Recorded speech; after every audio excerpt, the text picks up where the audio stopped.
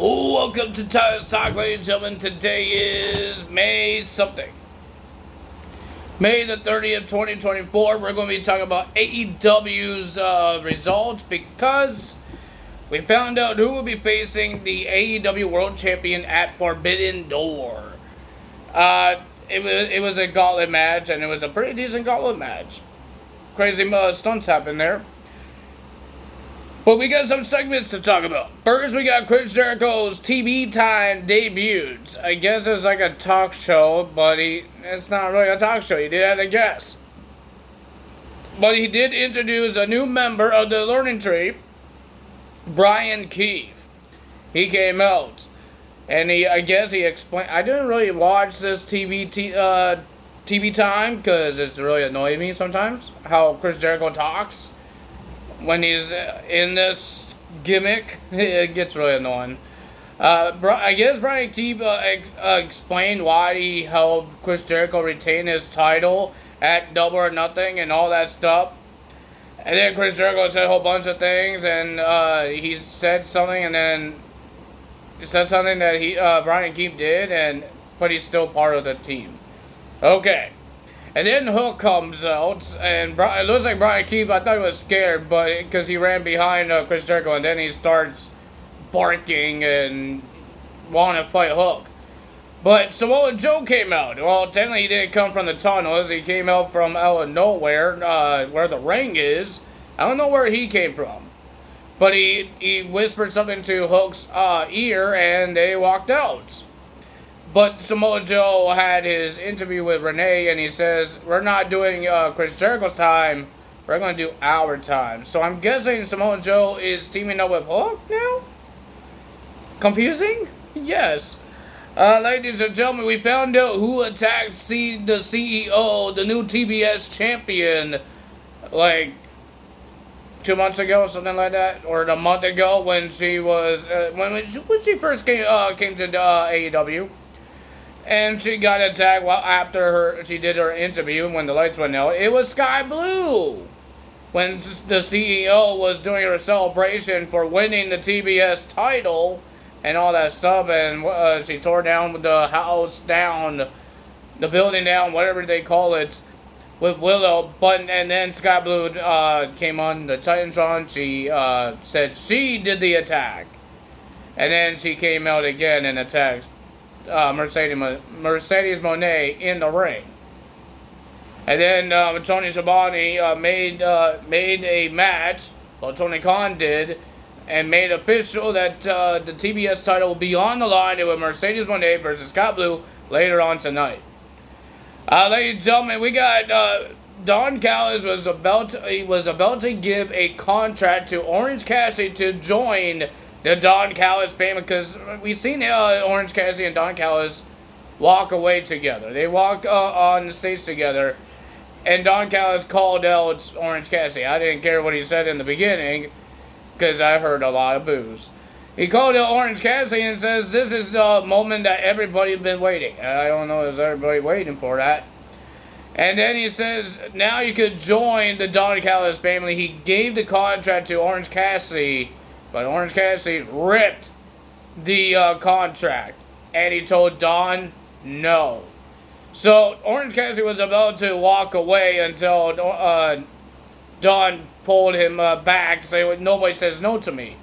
And then Sterling Hathaway came out, has some words to say, and then Chris later said something that my best friend accepts the Don Callis family offer. And it was Trent. Trent Barretta was in the ring, and when Orange Cassidy turned around, he got a big knee into his face, and he got busted open because of Trent by keep punching him multiple times. And then, ladies and gentlemen, Trent Barretta and Don Callis, they hugged it out just like the Best Friends does. They hugged it out. So Trent is part of the Don Callis family now. What does Will Ospreay has to say about this? Or Kyle Fletcher, because now they have to worry about this guy. So, and then, ladies and gentlemen, we heard that in the barbed wire steel cage match, Adam Copeland injured his leg. He hurt his ankle. We saw the jump, how he hurt himself. when he jumped off the cage, he did not. He looked like he landed on his feet. Like he didn't land on his elbow. He landed on his feet, where he gonna break his ankles.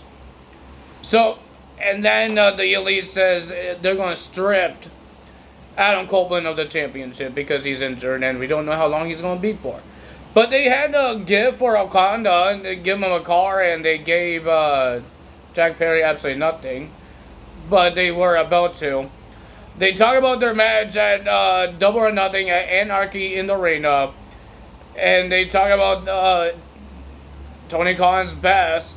But Jack Perry talked about that they try to burn me alive. But he pinned the best wrestler, Bryan Danielson.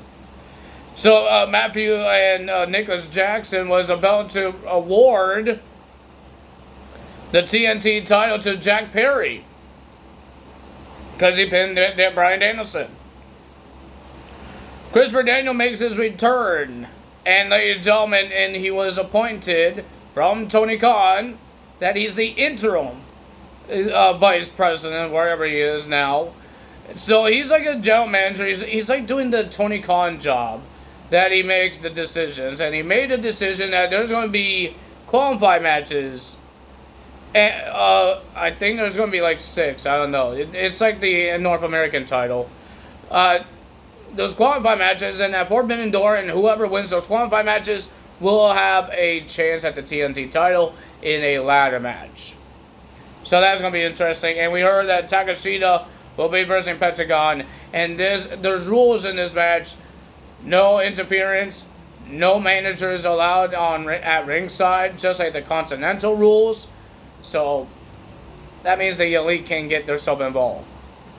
And then the Elite says, "Oh, we're happy that Christopher Daniels is back. They're going to show them how happy they are." They got out in the ring. Christopher Daniels was on like the bottom of the ramp. He was about to get ambushed by the Elite until the Acclaim came out, and Billy Gunn as well, because I don't think you actually call him the Acclaim. They came out to help Christopher Daniels, and we have a stare down between those teams. Then we had first match of the evening. We got Strickland versus Killswitch. Is it Killswitch or Killshot? I don't know what his name is. I do not understand this match because I thought Christian Cage is not the number contender anymore. Because we found out who's the number contender, and it's not Christian Cage. Christian Cage was not there. He did not help Killswitch with his match. The winner of that match was Sir Strickland.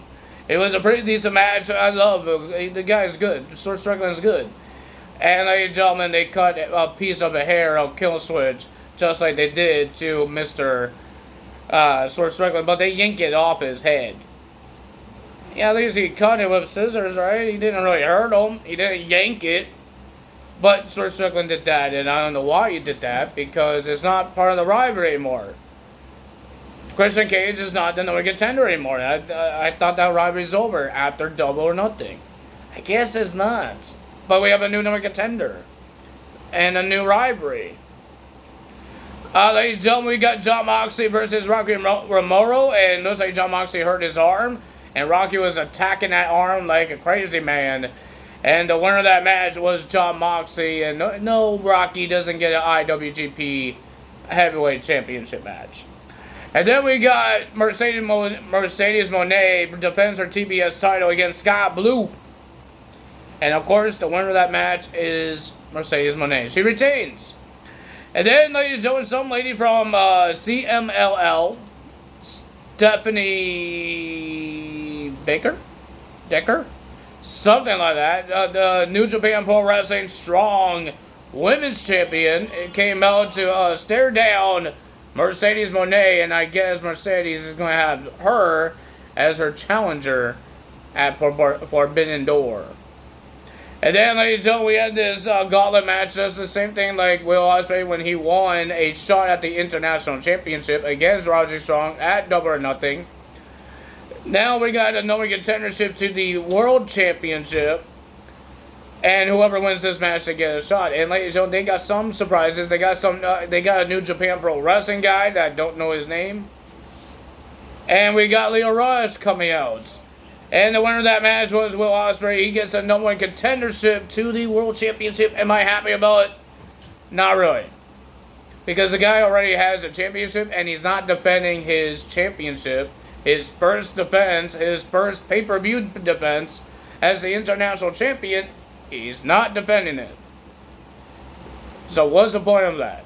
I don't understand what's the point of that. And then we had to stare down between Swerve Strickland and Will Ospreay for their match. I still don't like this idea that they're going too overboard, giving Will Ospreay wins and opportunity that he doesn't need right now. He has a title. Why is he getting another championship opportunity? I don't understand that. I will give it to anyone else. I would give it to Jay White. Yeah, he has the trios titles, but that's trios. That's not a single championship. I would give it to freaking Pac if I wanted to. Not another guy that has a championship. I was happy for Leo Rush to come back. The guy is Speedy Godzillas. The guy is awesome in the ring. He's good. Mystical was in there. Who else I could remember? I don't remember a lot of people. I don't know a lot of people. And looks like Daniel Garcia has a problem with Roderick Strong. Some reason. And I guess he doesn't remember that Roderick Strong lost his international championship. And he thinks he's going to take it from him when he's not the champion. So it's going to be a little hard for Daniel Garcia to get that championship. If you beat Roderick Strong, you do not get the title. So I think he's a little confused. I think he got hit in the head too many times. So I don't know. So it was an okay episode of AEW. It was okay. The Gauntlet match was awesome. Even at the ending when everybody was doing their finishers while trying to getting reversal, the crazy stunts, all that stuff. And ladies and gentlemen, the only thing I didn't like is Will Ospreay getting a shot at the title. That's it. Mercedes was good. Not bad. She was good. I like Swerve Strickland. It wasn't a bad show. The TV time debuts, they could have done that in Rampage. Because I didn't really care for it. I don't think a lot of people care for it because it's Chris Jericho. For some reason, Chris Jericho, everybody hates Chris Jericho right now. He did something wrong in real life. He did something wrong. I don't know what he did. And everybody hates him for some reason. And that's why he's a heel, because he's already hated. So, let's put him a heel. So, yeah, even with the TNT title, they could have done it a little less time. Because it felt like a little longer of a segment. Because they had to award their teammates. So, yeah, there's too many, it was too long segments. And less matches. There's more segments than matches. So, yeah. It was an okay episode of AEW. I say NXT is a little more better than this AEW because we got Jordan Grace. We got Ethan Page making his debut. I think we have a better NXT this week. Because of those two people that made their debuts to NXT. Because Jordan Grace never been in NXT. She's going to have a match next week at NXT, so that's pretty cool. And ladies and gentlemen, I heard that, I read some reports that the NXT stars might cross over to TNA. Maybe. We don't know what kind of crossovers that NXT will get with TNA. I can't wait to see that. Of course, now I'm going to be glued on to TNA when it happens. I don't think it's going to happen this week. Maybe next week. Or the next time they do their pay-per-views. Maybe they will have a shot on the pay-per-view just like Jordan Grace has a shot on a pay-per-view. So, yeah, let's see what happens. I can't wait to see it. I'm hoping main roster does the same thing with the crossovers. I would love to see it because even Cedric Alexander tweeted, I want a match with Mustafa Ali. And I want to see that. Cedric Alexander on TNA and get a shot at the X Division Championship. I want to see that. Even Drew McIntyre tweeted. Everybody's tweeting that about this TNA crossover. So it could mean that they're actually doing this TNA and WWE crossover. But we don't know it's just NXT and TNA right now. and maybe they will extend it to main roster as well. Let's see how this goes with Jordan Grace. That's all for me today. If you guys enjoyed this video, hit the like button, leave a comment below, hit the subscribe button, hit that notification bell, and I will see you guys maybe Friday if I want to put the TNA up, or I put it together with Friday Night SmackDown. I will find out. But I will see you Friday or Saturday. That's all for me today. Tell us out. Bye!